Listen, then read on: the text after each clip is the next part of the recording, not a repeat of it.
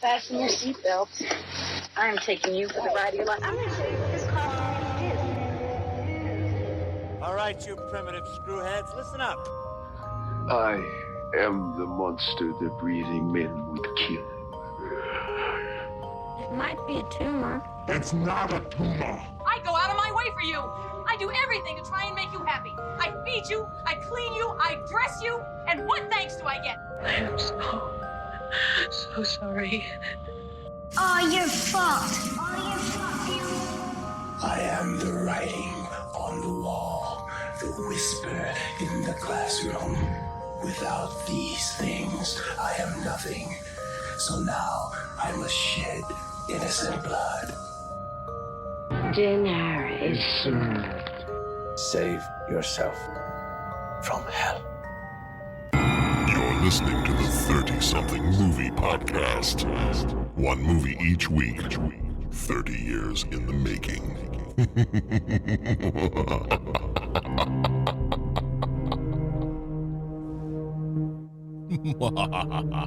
I'm kind of sad that this is the last week that we're going to have the Halloween intro, because I love that. Yeah, It's good stuff. that's pretty over the top, man. It's 10 out of 10 on that one. You nailed that. I think me and over the top probably just naturally go together. Subtle is not my middle name. We'll put it that way. No, that's very much true. Yeah. Patrick, how are you doing? Great, John. Bo, how are you guys doing? Quite well. Surviving, thriving, living the dream. Right. Living the dream. That's right. Living the dream. One nightmare at a time. Living the dream, just like on Elm Street. Mm-hmm. Yeah. How are you doing, John? We're fine here. We're all fine here now. Large leak, very dangerous. Yeah. You and that mouse in your pocket, right? Give us a couple of years to lock it down. Work has been interesting. I don't want to go too much into it, but work has been interesting. So at any point in time that if any billionaire donor wants to sponsor a podcast so we can just go pro, I would be thrilled. Yeah, I'd take this pro if you could afford me. Yeah. So, it's about like and I'd that. work for it. I mean, I'd do a few more episodes a month. Oh, totally. We could go on the road and do a live show. Right? Oh my gosh. Could you imagine our live show? You want to do a live show? There's How Did This Get Made's about to do a live show Are they? locally. I can't remember if that's the one in November or if that's not till March or something, but Okay. Do you know what movie? no. None of the literature I've seen tells me what the movie is, and I feel like that would sway me one way or another.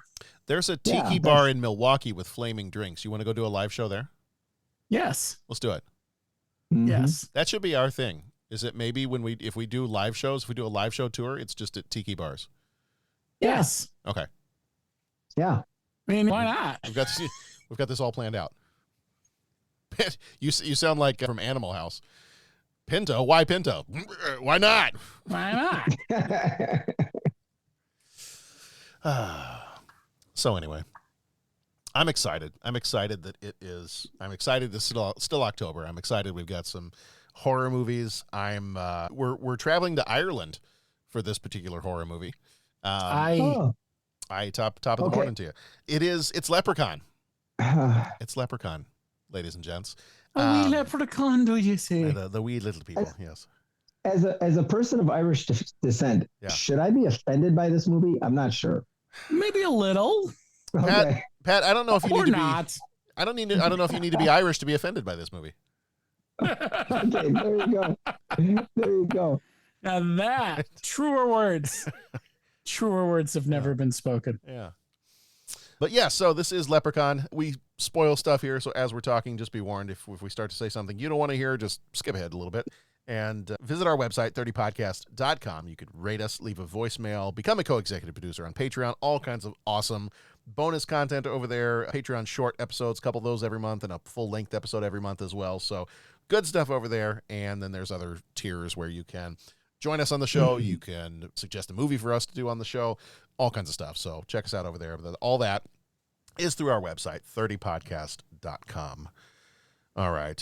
Since this is the last week of October and we're close to Halloween time with this one, I was going to throw out a quick suggestion. I don't know, Bo, I don't know if you've seen this one.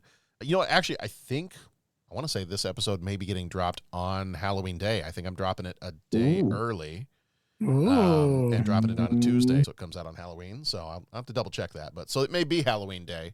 When will then Happy be Halloween. now? And it could Happy already Halloween. soon or already. So since it's still Halloween time, it's still part of horror month, I'm going to throw out a quick little recommendation there for anybody that's got Netflix. Did either of you gentlemen watch, and Bo, you're probably more likely to have done so than Pat, The Haunting of Hill House? No, Ooh, but okay. it is right on my list. I was about to, but I ended up watching something completely different, and it was on my list. And then fall shows started coming back, so I have to circle back to it. Okay. But I have heard good things about that. And isn't there another show, another movie or whatever by the same guys? He's got a lot. So Mike Flanagan is his name. He did The Haunting of Hill House, The Haunting of Bly Manor. He's done a bunch of different movies. He did an adaptation of a Stephen King story called Gerald's Game. He did a movie called Hush, which is really cool. It's about a woman who is deaf, and there is somebody trying to break into her house and kill her. And so they play with the lack of sound a lot in the movie. That one is kind of cool. He had a show, I haven't watched that one yet, called Midnight Mass. But the one I was going to recommend that we started watching, and boy howdy is it intense, is The Fall of the House of Usher. Yeah. Yes. It's a little crazy. It's fun because it's got some other people in it you recognize. It's got Kelvin Timeline Captain Pike is one of the main characters. He's actually the main character, Roderick Usher. His attorney, whose name I think is, I'm blanking on his first name, but his last name is Pym, so they call him the Pym Reaper. He is played by Mark Hamill. Oh, okay. Yeah. It is. It's intense, and it's like, as we've been watching it, I mean, the show very, very loosely based on the story of the fall of the House of Usher. I mean, it's really just the way we've kind of, when Sharon and I have been watching this, we'll like look at each other and there are little references or little visual cues, and there's the titles of all the episodes, and we're sitting there going, I feel like somebody was an Edgar Allan Poe scholar. They took everything they knew about Edgar Allan Poe, stuck it in a blender, and made this show. Okay. So, like, there are episodes where they are blending, some of his stories, like The Black Cat and The Telltale Heart and the Pit and the Pendulum and The Fall of the House of Usher and The Cask of Amontillado and, like, all the different Edgar Allan Poe stories. If you know Edgar Allan Poe, you don't need to watch the show and enjoy the show. If you know it, though, you're going to catch a whole bunch of other little Easter eggs that are flying around in this show. And it is, I'll say there's not a ton of jump scares. If you're not a jump scare person so far, now we haven't finished the show yet, but there's not a ton of those. But there are those moments, and I think Mike Flanagan does this well in his other shows and movies too, is there's a moment where if you're not paying attention, you might miss the fact that there's somebody standing in the shadows in the background just over the other person's shoulder. Really? And you might see them move slightly just before the camera switches to someone else. And you're like, wait, what was that?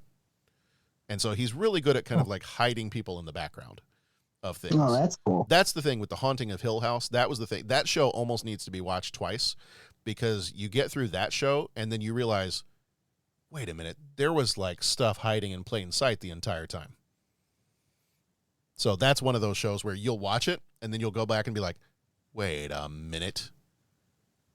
I'm going to have to, okay, I might have to go back and watch that again because this was hidden here and this was hidden here and I could have seen this if I'd been paying attention. And so Haunting of Hill House was really good, and it was one of those. This one, I will give a quick warning to anybody who's listening to this. Episode 2 in particular so far, particularly gory. There's a mishap with a large group of people and something terrible happens and yeah. Interesting. Let's just say there's some Nazi face melting minus the Nazis. Oh. Yeah, it's and like that times 10. So I see. it is, but it's a fun show. Like it's fun if you're looking for something kind of scary, kind of a little creepy, and it's kind of got a good mystery to it. Then definitely check that one out. I think my sister said she binged the whole thing in 2 days. So great. So, yeah, but it's That's good awesome. stuff. Good stuff. All right, are we ready to talk about the wee little people? Hi. Hi. Yeah. Pat, are you going to be offended if we keep trying to do Irish accents and? I was thinking about like just totally going great guns and playing that up, but you know what? I hate to say it. I'm sorry, listening audience. I just don't have the energy by it. So no, Okay. I'm not going to be offended, and I won't. I was like, man, I should be that guy on the pod. Yeah. But no, I can't. Yeah. It's just it's just too humorous. I might preemptively apologize to Podrick. Yeah, we might owe him an apology. So maybe, yeah, we might have to buy him a drink this time around. I'm just saying they gave Tom Cruise a hard time for his Irish accent Well, that's far true. and away. But I mean, really, this? I mean, like, Yeah. All right, well, let's talk about it. So, Lepre-Can, this one came out January 8th, 1993. Fun little trivia here, was filmed in 1991, but did not come out until 1993. Got a tad bit delayed in terms of the release, but came out in 93, rated R, runtime of 1 hour, 32 minutes, directed by Mark Jones, who did Rumpelstiltskin, so apparently he likes movies with the little creatures, and a movie called Triloquist, also written by Mark Jones, produced by Jeffrey B. Mallion, who did Jury Duty and Ghoulies 4. Also produced by Mark Ammon, who did Frida and The Prince and Me. Composed by Kevin Kiner. Gentlemen, you should know that name. Do you know what else he's composed? I'm afraid I don't. I don't. Oh, it is a show that is near and dear to our hearts. Kiner. He composed the soundtrack score for the entire Clone Wars cartoon series. Oh. Yeah. Yeah, Kevin That's Kiner cool. was the composer for, I believe, all the seasons of the Clone Wars. Wow. Nice. So, cinematographer was Levi Isaacs, who did Children of the Corn 3 and A Rage in Harlem. Editor was Christopher Roth, who did The Skeleton Key and Hostel Part 3. Production company was Trimark, and actually this was Trimark's first ever movie that they released, so it was kind of a big deal for them. Budget on this one was $900,000, and it shows. Worldwide box office was $8.6 million, which is why you ended up with 5 sequels. Because on a budget of less than $1 million, they made almost $9 million. Yeah. As in 1, 2, 3, 4, 5, 5. Yeah, I'm gonna list the. You know what? Actually, I'm gonna stop right now, and I'm gonna list the titles, the 5 sequels for you. Would you be curious to hear those, Pat? Well, I suppose I need to say yes, right? I'm gonna do it anyway, but I thought I would pretend like you were being given a choice. I feel like I'm back in a meeting. Okay. Yeah, okay. Yeah. You feel like you're back at work, do you? I feel like I'm back at work. Yeah. Yes. Let's see. There were 5 sequels, 5 sequels and a reboot. And a reboot. Okay. No, you know what? I'm sorry. There were 5 original sequels.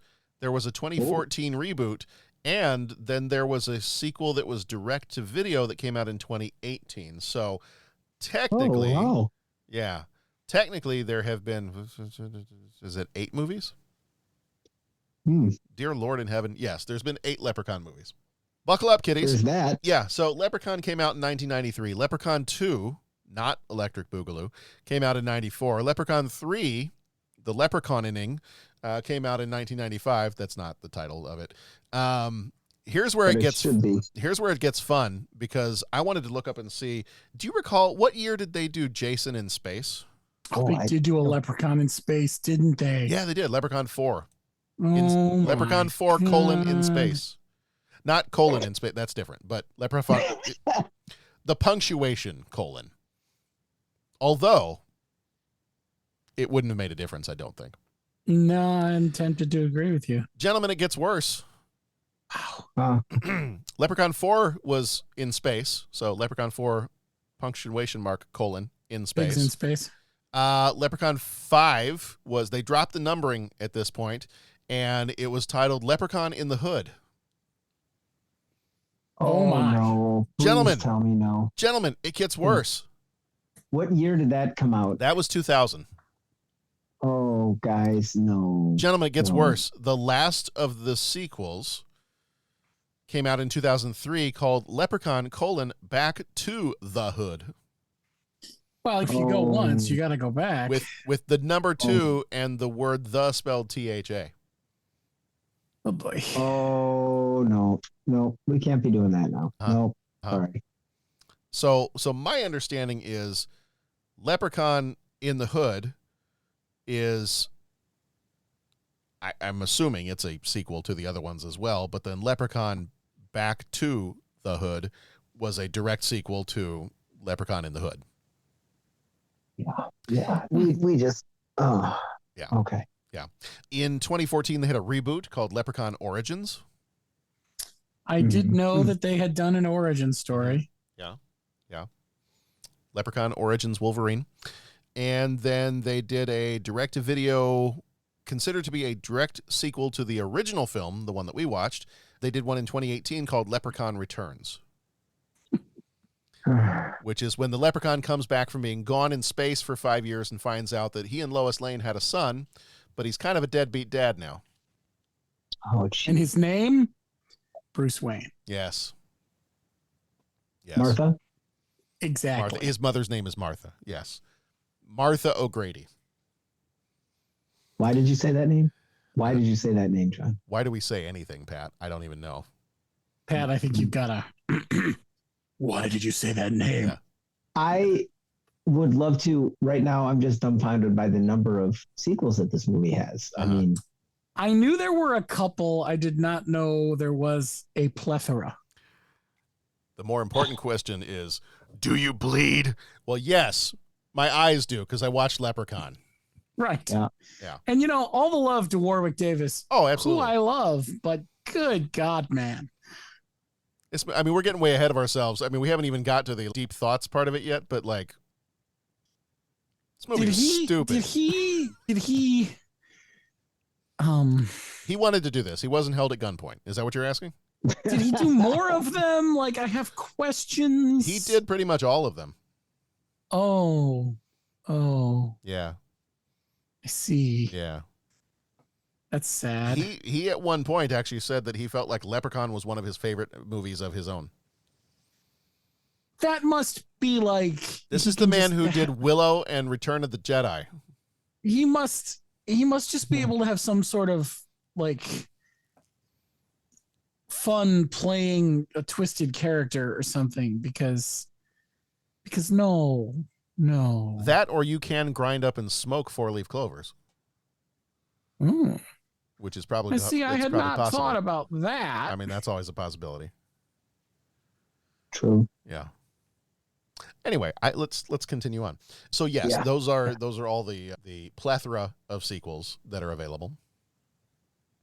You know what? I'm gonna try my best not to dog on this movie too much until we get at least to like the deep thoughts section of this. I don't want to put anything down. I want to have a Lepre-Can do attitude. Yes. Yes. Wow. Yeah.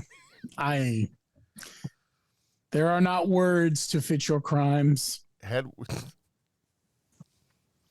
Yes. I feel like I'm Kevin from Star Trek: The Next Generation. There are no laws to fit my crimes.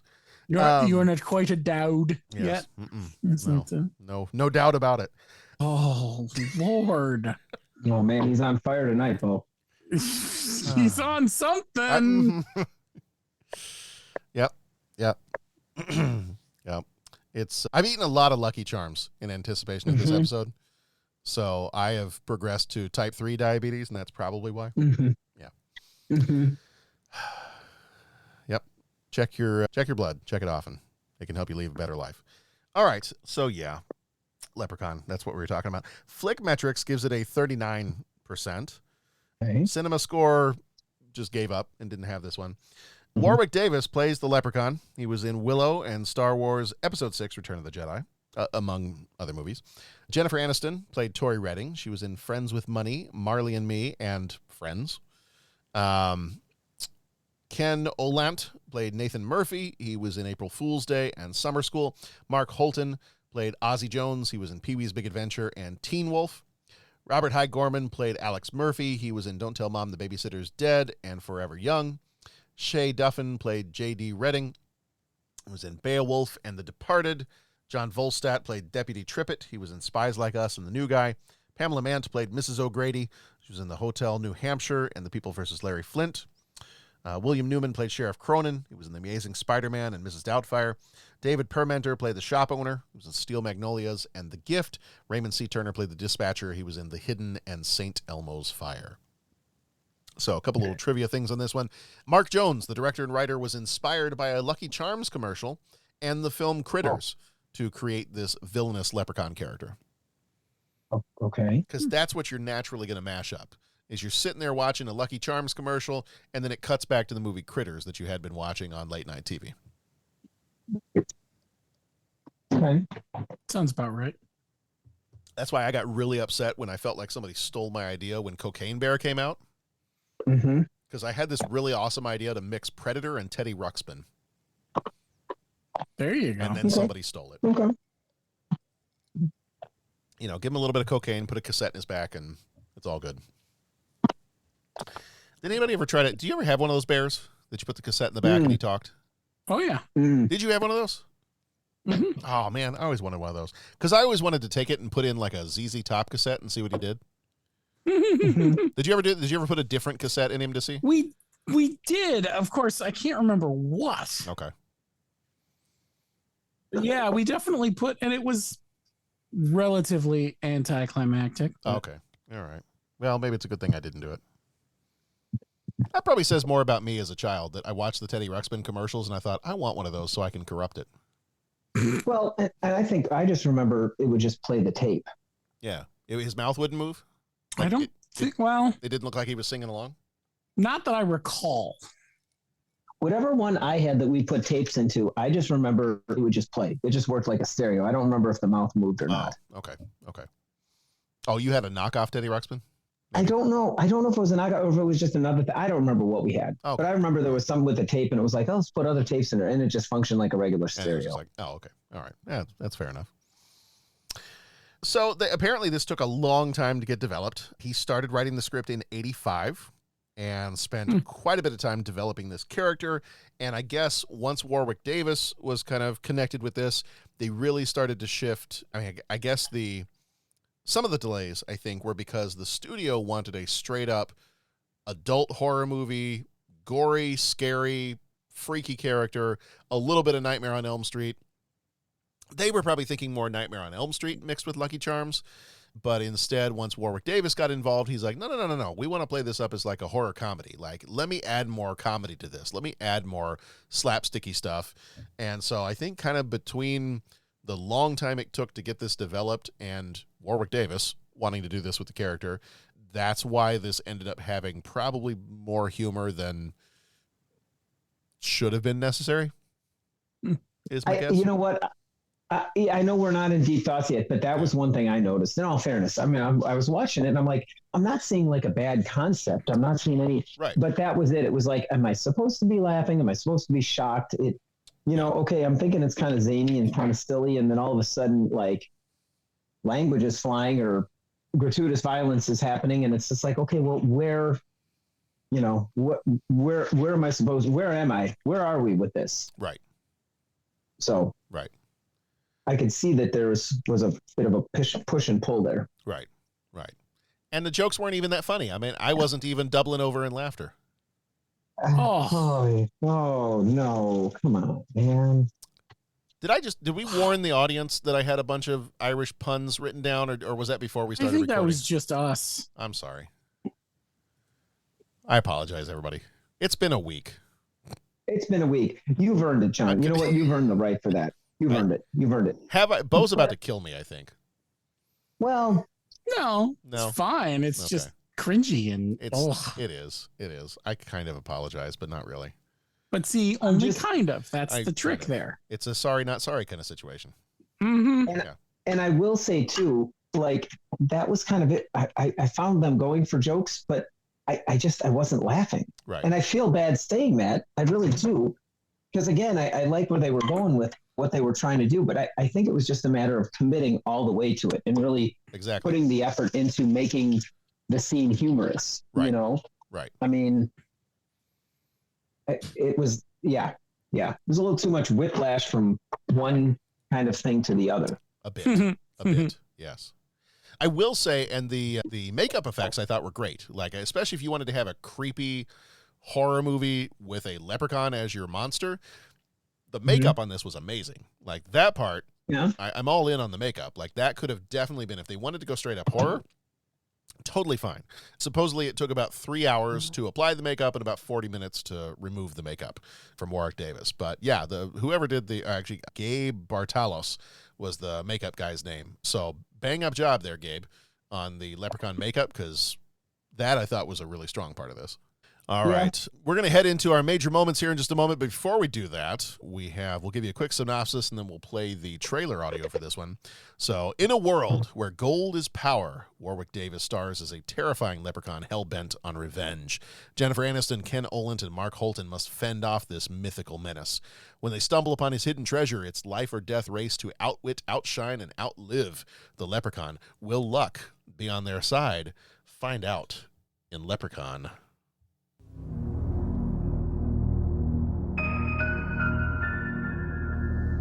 The luck of the Irish is being packed and shipped to a little town in South Dakota whose luck may have just run out.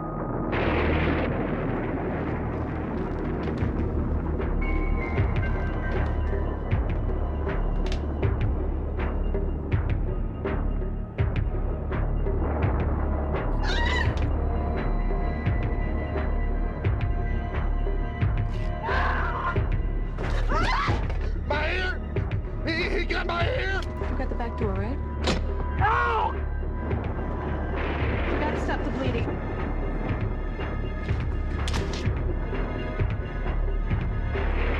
Look out, it's in the cabinets. Toward the basement. We're like really scared. Hello? I need the police. This is an emergency. You can kill anything. What the hell are you? You just gotta know how to do it.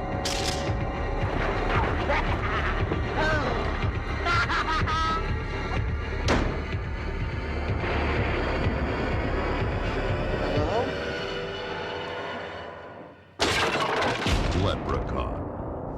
It's out. It's out of the crate.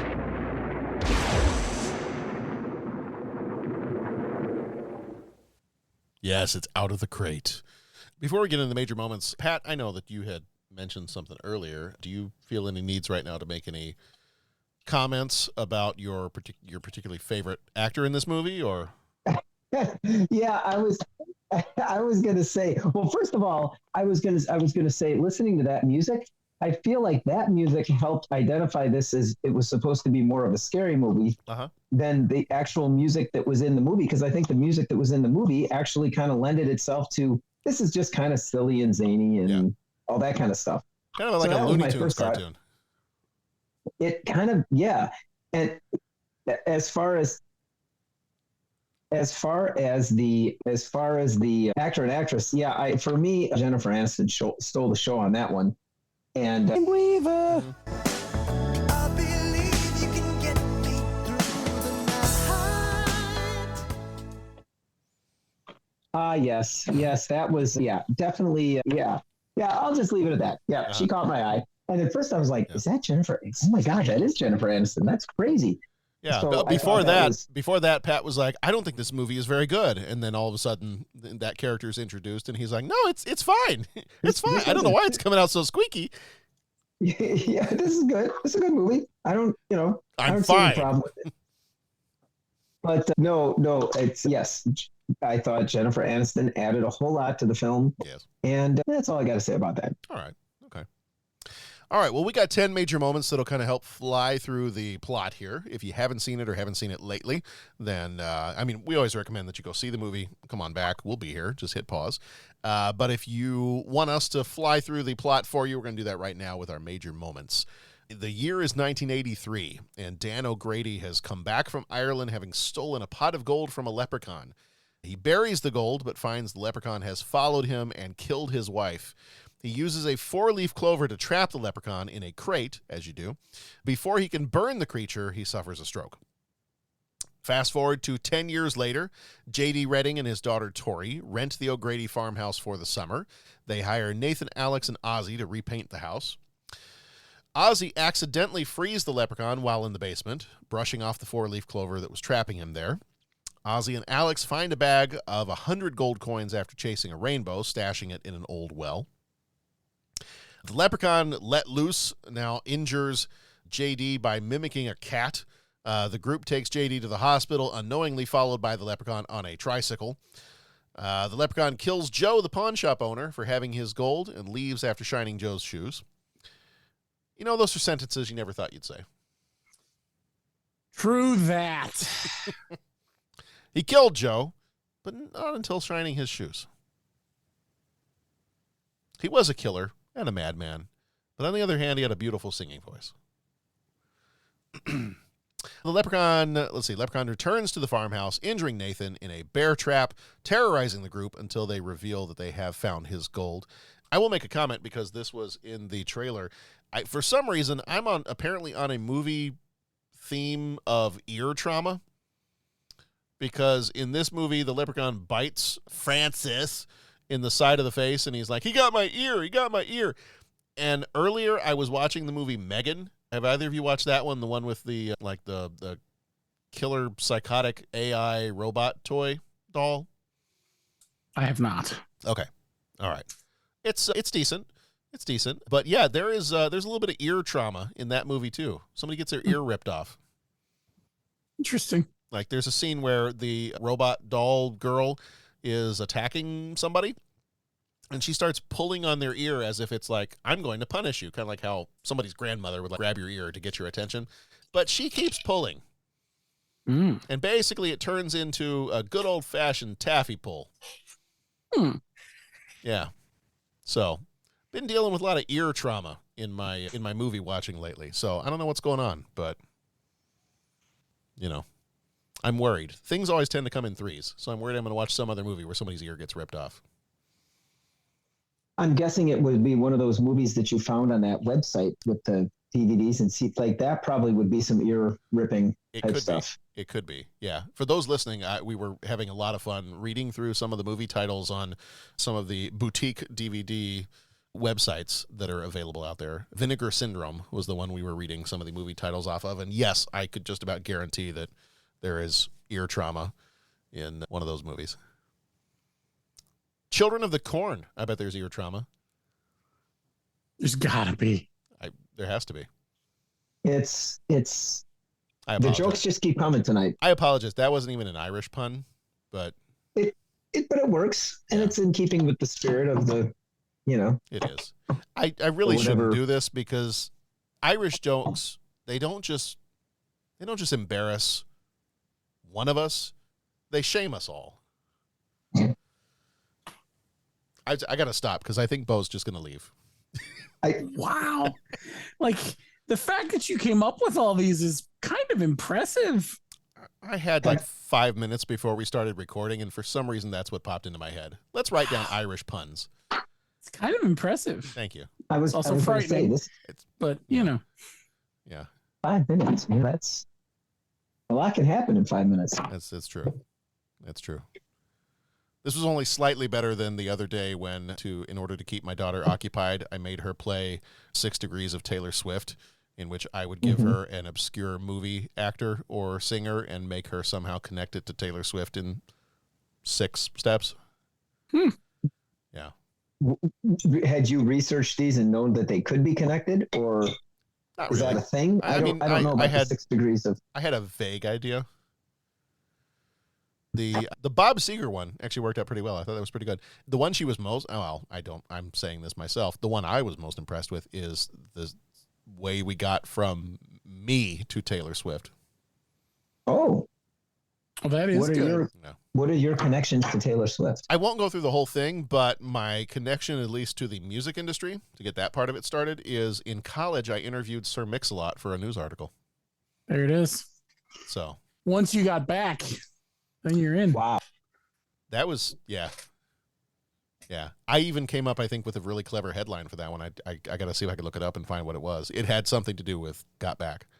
As it should. Come on. Yeah. It was either going to be that or Put Him on the Glass. I don't remember which one, but I think it was something to do with Got Back. Yeah. So somehow I'd have to look it up again. Somehow we connected myself to Sir Mix-a-Lot to Nicki Minaj, which then somehow got to Taylor Swift in like 2 more steps. So,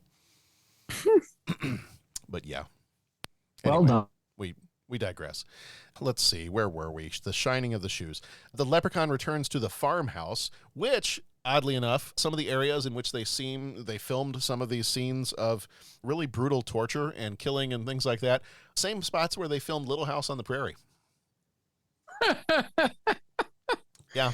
Oh, no. Yeah. Warwick Davis even commented in an interview. He's like, it felt maybe a little sacrilegious to do the horror movie on some of the same property, but whatever. It didn't stop anybody. Hey, if the shoe fits. Yeah, you got little half pint running down the hill of flowered grass, and all of a sudden there's a leprechaun running after her with a knife. Let's see. Tori goes to the nursing home where O'Grady is kept to learn how to kill the leprechaun. She learns that a 4-leaf clover can kill him. Has to touch him in order to take away his powers and destroy him. Tori does end up finding a 4-leaf clover, which Alex uses to kill the leprechaun. The group throws him back into the well, blows it up, seemingly put an end to the leprechaun's menace until he vows to come back for his gold in a little voiceover at the end there. That is the major moments. Let's jump down the well with the leprechaun and see if we've got any deeper thoughts here. And now, deep thoughts.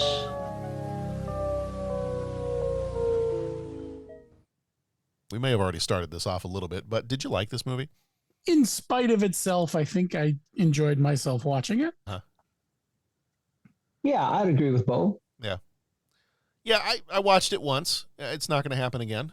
And despite the fact that I pretty vehemently said this is a stupid, stupid movie, it was one of those ones that you're watching it and it's like, okay, this is fun. It's really bad, but it's kind of fun. Mm-hmm. Like, we've already kind of talked about it a little bit, but I'm like, I would have loved to have seen what this was if it was a straight up horror. Because you're stealing elements from Nightmare on Elm Street. You've got, instead of the tongue coming out of the phone, you've got the little hand that comes out of the phone. You've got Freddy Krueger elements to this, but it's all done for slapsticky humor. And I'm like, I would have liked to have, I think I would have liked to have seen at least the first movie in this series maybe do straight up horror, and then much like Nightmare on Elm Street and some of the other ones, if you're gonna go the like horror comedy route, maybe do that in the sequel. Yeah. That's more the mold, right? You do the first one, you create the universe, and then you go kind of funny, sort of I feel like a lot of franchises have done that. Yeah. Yeah, and I will say too, look at Evil Dead 2. Right. Mm-hmm. I mean, obviously that one was a little bit more horror than Army of Darkness, but there were some comedic things in there. And I can't sit here and just say, well, they should have done this. They should have done this. They should have done this. But I think they could have pulled it off if they would have just gone a little bit more in that mold. And it would have been, I think, 2 things. I think, one, deciding what route you want to go. And then second of all, really committing to it and making sure the little jokes are funny, making sure that a lot of little jokes are gone. So it's scarier. Right. Making sure that there's music to kind of match what they're trying to tell here. I think, or not go the horror comedy route and really commit to that. Make sure the jokes are funny. Make sure that the actors are, portraying it in the manner that they want. It's just they never really committed to what they were trying to do. And see, that's exactly what you just said. Make sure the jokes are funny.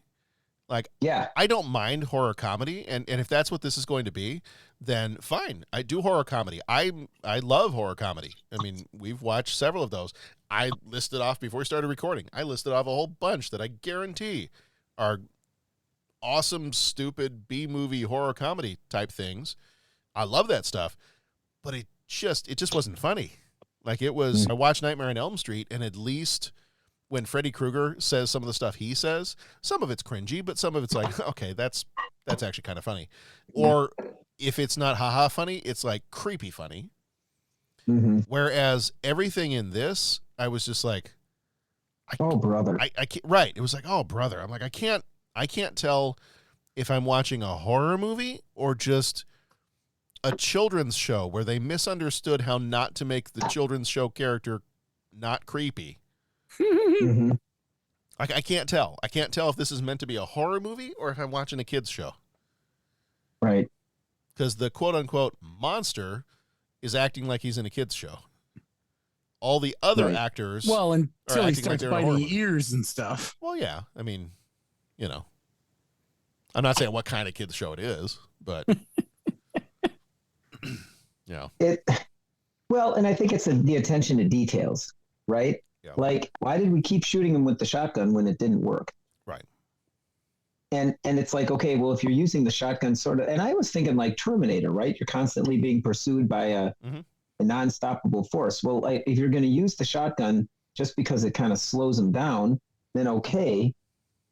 But that's not what happened. I mean, so immediately you get the laughable thing there where we keep trying to blast away at this thing. And then what finally got him? Like the kid got him with the, what do you call that? The sling? Yeah. What do you call that thing that you pull back and? Yeah, slingshot. Slingshot. Yeah. I couldn't think of that. Yeah. And then the kid finally gets him with a slingshot and it's like, okay, well, have some consistency there. Attention to detail. Where did this leprechaun come from? Why is he not the cute, fun leprechaun that we've always known? Give us some kind of a history or backstory or world building or something. I wanted some Leprechaun folklore. Yeah. Yeah, and I wonder if that's why they finally made that origin story, to finally get into some of that, because I agree, he just sort of appears. Yeah. Mm-hmm. And then if you lead off where he's like your main character and you're not sitting there wondering, is the leprechaun real? Is it not real? Okay, it's real because here it comes. If you lead off with it, then you really got to make sure he's funny, or you got to make sure that it's scary, or because there was no suspense, there was no, you saw him in the first couple minutes of the film. Yeah. Well, and part of the whole thing of, if I'm remembering my, Leprechaun folklore, part of the whole thing about the leprechauns is if you catch one, aren't they supposed to grant you wishes? Maybe. I feel like part of it is like, if you catch, remember that. Like if you catch a leprechaun, they're supposed to grant you wishes, but then like you got to be careful because then it's like monkey paw wishes. Yeah, but I also feel like, kind of like with vampires, sometimes there's a couple different ways these things work. You got to invite the leprechaun in. Well, not just that, but like there's maybe zombies is even better. Sometimes there's fast zombies and slow zombies. Oh yeah. I think there's also money leprechauns and catch me leprechauns, Okay. Right. Catch Me Leprechaun. That was a great Leonardo DiCaprio movie. Catch Me If You Lepre-Can. Get the, oh geez. I'm sorry, Bo set that one up. I'm not, Bo set that one up. I'm not. I did. That one is on me. I'm not fully to blame. He's opening the door. You're merely walking through. Just teeing him up. But we didn't even get any of that. That's the part with the movie, is that you're just kind of like plopped into this thing, and it's like, well, you got to give us some backstory. Yeah. And again, I'm really trying hard not to yuck someone's yum. I'm not saying don't go see this movie, and I'm sure there's probably a cult following, and if you like creepy crawly jump scare fun horror, then you'll enjoy this. But upon further review, it just seems to be lacking in some areas. If you wanted a horror movie, if you enjoyed the part of Gremlins where Gizmo was driving around the little remote-controlled sports car, but you wish that Gizmo was more Leprechaun-looking, but without the Irish accent, this is the movie for you. Yeah, like I said, driving around the sports car, perfect example. Why was he driving around that little go-kart thing? Because it was better than the tricycle. That's true. Yeah, I guess. But that's or the wheelchair. Okay, that's more zany than horror. Mm-hmm. I will say that the opening scene where the guy walked in and he got out of the car and he was kind of staggering home after stealing the gold. Yeah. He drank what was it, a bottle of wine or whiskey or whatever the heck that was? Sure, yeah, as you do. And he threw it on the ground. Yeah. And it just kind of went thud. It didn't shatter, which I know most of the time that's what happens with glass. They only really shatter in movies, but still, I felt like that was supposed to be like the sound of something shattering. Mm-hmm. But it didn't. It just kind of went thud on the ground. That made me laugh out loud. Yeah. And then especially because they showed it. Like normally you get glass shattering and they show it to you, but this was just a bottle getting thudded on the ground and they show it to you and it was kind of like I'm not sure what that's supposed to represent. Mm-hmm. Just a bottle going thud on the ground. Yeah. I thought that was pretty funny. Yeah. I enjoyed that scene. There were definitely funny moments. I kind of wanted it to pick a lane. And like either be horror comedy and go with quality horror comedy or go with horror. And, if you're going to put the comedy in there, make it like creepy comedy like Freddy Krueger. Right. Right. I think it was, you had to, like you said, pick a lane. And for me, attention to details. Yeah. Get all the details right of what you're trying to accomplish. Yeah. Yeah, and it would have been, and I mentioned Gremlins kind of like flippantly a minute ago, but if you're gonna tie in, if the one thing that can kill him is a 4-leaf clover, then like we said a minute ago, go back and give us some of the Irish folklore related to Gremlins, related to some of these mystical creatures, and give us like 3 rules like you've got with Gremlins. Mm-hmm. Give us a Leprechaun version of the Gremlin 3 rules. And let that be something that helps structure the story and structure the action and how you're going to get this whole thing resolved and something like that. It felt like if it took so long for them from 85 to 91 when they made this movie, if it took them that many years to develop this, I feel like there should have been more substance to the story.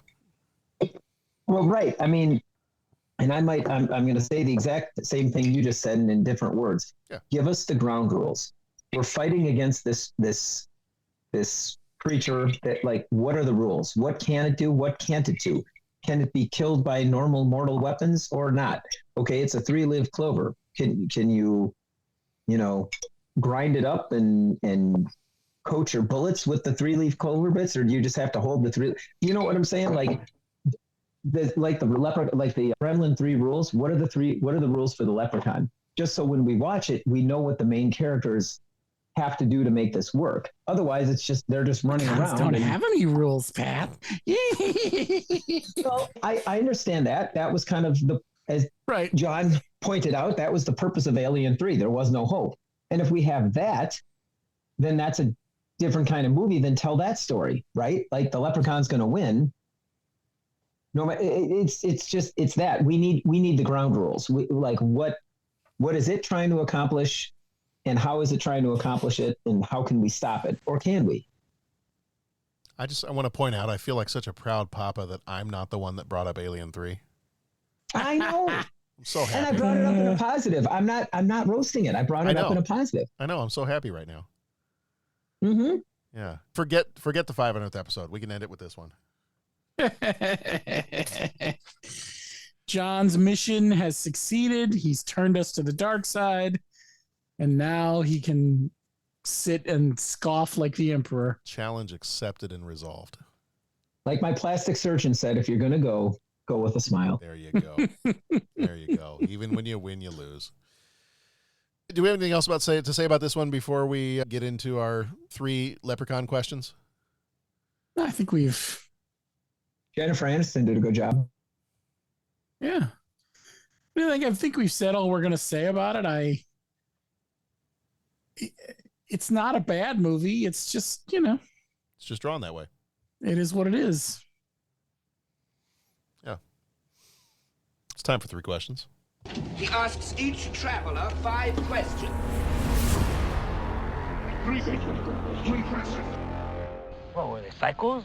We all go a little mad sometimes. Quid pro quo. I tell you things, you tell me things. I'm not interrupting anything, am I?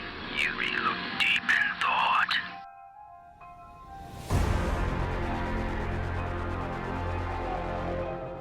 So I'll ask you the questions and then we'll see, all right?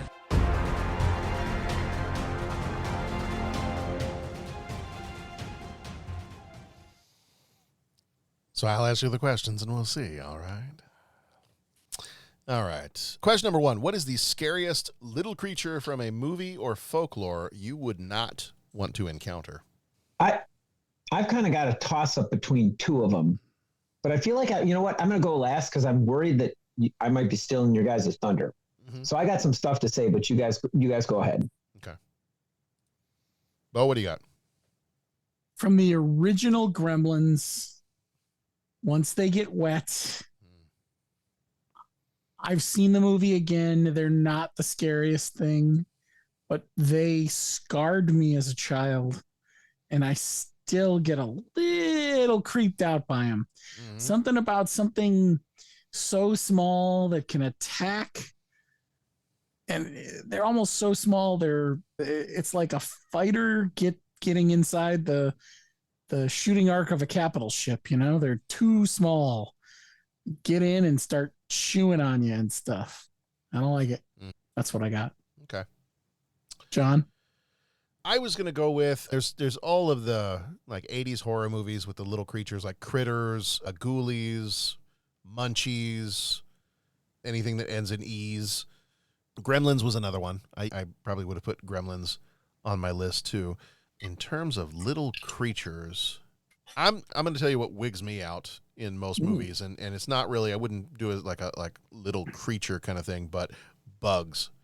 Like, and I'm thinking specifically the which one was that? Season of the Witch. Was that Halloween 3?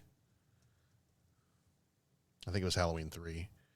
Yeah, Halloween 3, Season of the Witch. And in that movie, that was the one where the like kids put on these Halloween masks, and then this thing comes on the TV, and then all these bugs, from what I remember, the last time I watched this, I was a little kid, all these bugs start crawling out of the masks that are stuck on the kids' heads. And I was like, ugh. That just sounds lovely. I know, right? Hello, coloring. Right. So I remember that always creeped me out. Pretty much anything with bugs or like little creatures like that, any kind of like little, yeah, maybe something like that. The like scarab beetle things from the Mummy movie. Oh, good one. Those are kind of creepy. Oh, I'm gonna wait for Pat. I just thought of one that was almost better than Gremlins. Okay, that kind of again, mixes Gremlins for me was a childhood trauma thing, so I think that's part of why I went to it. Yeah, I just thought of something so good, but I want to hear what Pat says first. Okay, all right, Pat, you're up. Because I got a hunch. I'm gonna gone too big, but I'd say Aliens or Alien, the face hugger thing. Oh, face huggers. That thing always gave me the heebie-jeebies. Acceptable. Agreed. And then the steady eels. Yep, that's the one that came to me while John was talking. Yeah. It's those things were the original. And like I said, I didn't do a lot of horror movies growing up, so I kind of had to get my horror from horror treatments of standard films and all that kind of stuff. So again, that the steady eels was like the OG for me. That was the old. Oh, okay. Ugh. Wow, Star Trek, I didn't expect you to go this direction. Like that kind of thing. So, you know what those would be my options. You know what show takes that whole thing of like eels, bugs, stuff like that, and takes it to like a whole other level? Pat, I could guarantee you have not watched this show, but Bo, you might have. Okay. Did you ever watch The Strain? Yeah. The fact that because The Strain is a vampire show, and the whole idea is that vampire blood is made up of like these little white worms, and if the white worms get into you in any way, that's when you can, like, a vampire doesn't have to bite you. The blood is actually if any of the little white worm blood crawls into any opening in your body, then you are immediately infected and will eventually become a vampire. Yeah, now that you say it. And there's some eye trauma in that, because there's a lot of times where the worms crawl in through the eyes. Yeah. Yeah. That's pleasant. That's a good callback. I had not thought of that in many moons. The makers of Star Trek Discovery would have loved that. I'm not sure I'm happy that you brought that up. That's horrible. I'm sorry. Sorry, not sorry. Yeah, I actually do want to go back and rewatch that show, because yeah, now that you say it, I kind of do too. That's a good show. It's good, especially a good October show. Yeah. Good stuff. All right. What is your favorite Warwick Davis role? This is a challenge. Yes. Because until you look at his list, you know he's in a bunch of stuff, right? Yeah. But until you look at the list, I don't know if you appreciate how much of our childhood he was involved in. Oh, totally. Mm-hmm. Like, oh my God.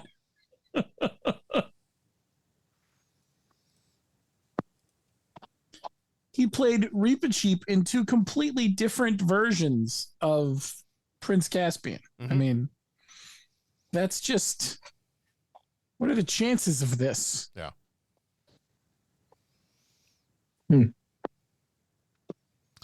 I mean, he's been in pretty much everything Star Wars. Yeah. He's been in so much of Harry Potter. Yeah. Obviously, he's Willow. For me, I think that's got to be, he was in Doctor Who. I love the movie Willow. That probably has got to be my answer. I'm going to go with Willow.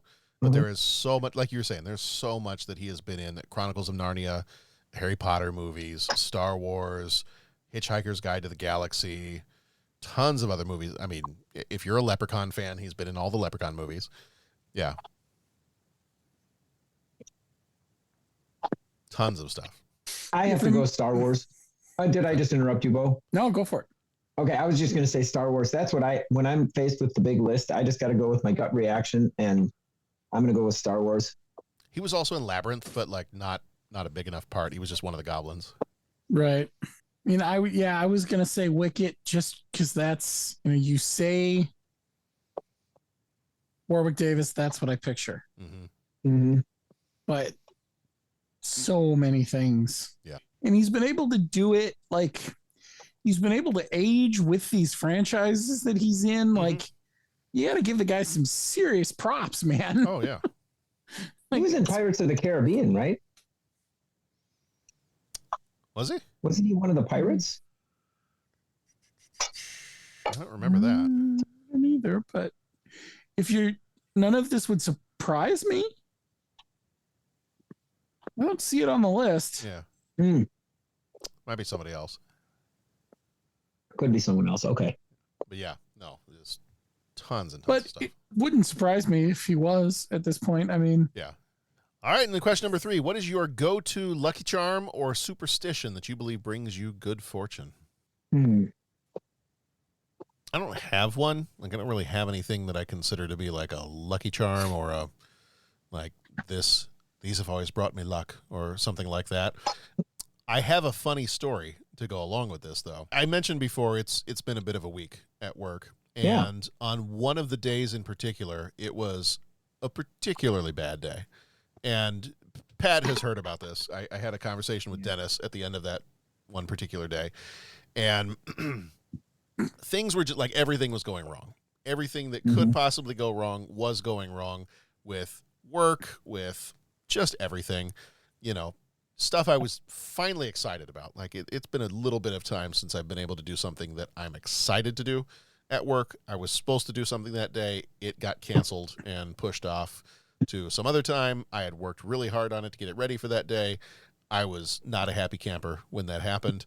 Then there were other things that, things that I was supposed to have until March to be able to get ready for are now moved up to the beginning of November. So things like that. Everything was just kind of going wrong all morning. Then I get a notification that a medication that I needed was now there's like a global shortage for it. So unavailable, can't get it. I'm like, oh, great. That's just wonderful. That just adds to the whole thing. Yeah, everything was all awesome. Our dog was sick, so we were kind of dealing with some of that. And so I'm like, I get to, and all of this is before lunchtime. So I leave a meeting in the morning and I go, you know what? Forget this. I'm going to go grab some lunch. I need to just get out of here for a minute. I'm going to go grab some lunch. I'm going to sit under a shady tree. I'm going to park my car under a shady tree. I'm going to have my lunch, and it's going to be fine. I'm just going to reset. We're going to, have some lunch. I do still feel the need to torture myself, so I'm going to have Panda Express. So I go and I get my Panda Express, and I go park my car under a shady tree, and I'm having my lunch, and I'm like, okay, all right, let's take a breath here, and let's kind of reset things a bit. Then I open my fortune cookie, and my fortune is blank. Oh. Oh, Lord. Not a good sign. And that is mean and cruel and all the things. Uh-huh. I was like, of all days, like what led me to the point where I would actually be here and order this food and get the fortune cookie that has the blank fortune on all possible days. So no fortune for you. And Pat, I feel like, I don't remember if it was you or if it was somebody else that came in that afternoon and was kind of like checking in on me and asking me how things were going. And I think I told you this story, and I feel like it might have been you. And it was either you or Jeff or somebody. And I think you were even trying to be really helpful. And you were like, well, maybe that just means that your fortune could be anything you want it to be. And I think my response was, Pat, that's stupid. It means I have no fortune. I wish I could claim credit for that, but that was not me. That must have been one of our. Might have been Jeff then. Because honestly, I don't think I could say that without it sounding sarcastic. Okay. I think that's very self-aware of you, Pat. That's yeah. True. I just know. That's true. I just know. Okay, so maybe it was Jeff then. Yeah. It was such a great day. It was kind of sound like a Mazuka thing. I'm not gonna lie. Yeah, it could be. Yeah. So well-meaning, whoever it was, well-meaning and trying to help me feel better about the day and all that. But I wasn't being mean about it. I was like, no, what it means is I have no fortune and it's all done. It's all bad. It's all terrible. Yeah, I really don't think that was me. As my wife often points out, whenever I go for sympathetic, it just comes out as condescending. I can't turn it off. You go for sympathetic and it comes out pathetic? Yeah. Okay. Yeah, it comes out. Yeah. So that's my fortune and glory story, is that I have no fortune. And I've kept that fortune in my car to just remind me at all times that I have no fortune. You really are just a glutton for punishment, huh? Yeah. Sometimes. Noted. Mm-hmm. Glutton for punishment, actually, I think is the tagline in the Panda Express commercials. Yes. Most definitely is. Mm-hmm. Yeah. 100%. We are not getting Panda Express corporate sponsorship for this show. No, we kind of burned that bridge. Yeah. We have eschewed the need for Panda sponsorship, apparently. Yes. What do you gentlemen have? Do you have any Lucky Charms? Any superstitions? I'm not really a superstitious guy. Yeah. I suppose, I will say, when I was playing more sports, I might have been. I was always big about, I gotta have my hat. Okay. That sort of thing. But it was more about. Like a lucky pair of socks or something? No, it was just more about the uniform and having all the pieces. Okay. I didn't like not having a hat. Just didn't like not having my hat. Yeah. I don't know. But I never really had a lucky rabbit's foot or anything quite like that. Patrick, what about you? I don't think I have anything, John. I think it's the same kind of as Bo. I like having stuff organized and everything set and what I like to wear for a concert or what I like to wear for a game or a run or something like that. But I don't think I've got a set superstition. You subscribe to the Terminator way of life. There is no fate but what we make for ourselves. Yeah, I was going to say, maybe that could have been what was on your fortune. Yeah. That's what you could have told yourself. It's true, yeah. Oddly enough, that afternoon, I actually had planned to infiltrate the home and workplace of Miles Dyson and take him down. So, yes, it could have been. Yeah. That's what I had planned for the rest of the afternoon, but then I got sidetracked. Right. Yeah. Right. Yeah. I was dressed like Linda Hamilton and everything. Right. You know, and you looked fantastic. Thank you. Thank you. I had worked out in my hospital room. Mm-hmm. They just don't like it when I disturb the furniture like that. All right. That's been 3 questions. We've been the 30-something movie podcast. We've survived. We've come through. Not only have we come through October mostly unscathed, I think we came through Lepre-Can only slightly scathed. Yeah, it was a fun movie. It was fine. It was fun. I'm not going to watch it again. I probably will not watch any of the sequels unless forced to, or unless for some reason I am ridiculously sick and can't move and just need to watch mindless TV. Mm-hmm. Yeah, I even think then it's going to take some doing, but... Yeah. Well, let's see. When I had COVID, I watched through the entire Godfather trilogy, so I feel like I'd go for something maybe a little higher quality if I got sick again. Yeah. So probably not Leprechaun in the Hood. Oh. No, I think that one's safe. Yeah. I think, yeah. Not probably touching that one. No. They can keep that little pot of gold at the end of that rainbow because no thanks. Yeah. Mm-hmm. Well, 30podcast.com is where you can find all of our past episodes and get in touch with us and leave us voicemails, things like that. We'd love to hear from you. If you're going to leave us a review, the most helpful way to do that is through Apple Podcasts. That is kind of the main way to help the show get seen by more people, get up in the charts there. So that is always very helpful. We do have the Patreon page. So if you are able to, if you love what you're hearing and you want to support the show that way, you can join us over on Patreon. Any level of support, any amount each month, even if it's like $1 a month, couple dollars a month, whatever you feel the show might be worth to you, that will give you access to all the bonus content as well. And it really helps out the show. So thank you so much for all of our Patreon co-executive producers that do that each and every month, because it really and truly does help out the show, helps us cover some of the costs for putting this thing on and recording this and being able to put this out there for you. So thank you so much. We've got some good stuff coming up. This is the end of October, so it's the end of our horror month, but we are sliding right on into November, which the theme for that one is Thanks for the Laughs. Our Patreon for that one is King Kong from 1933.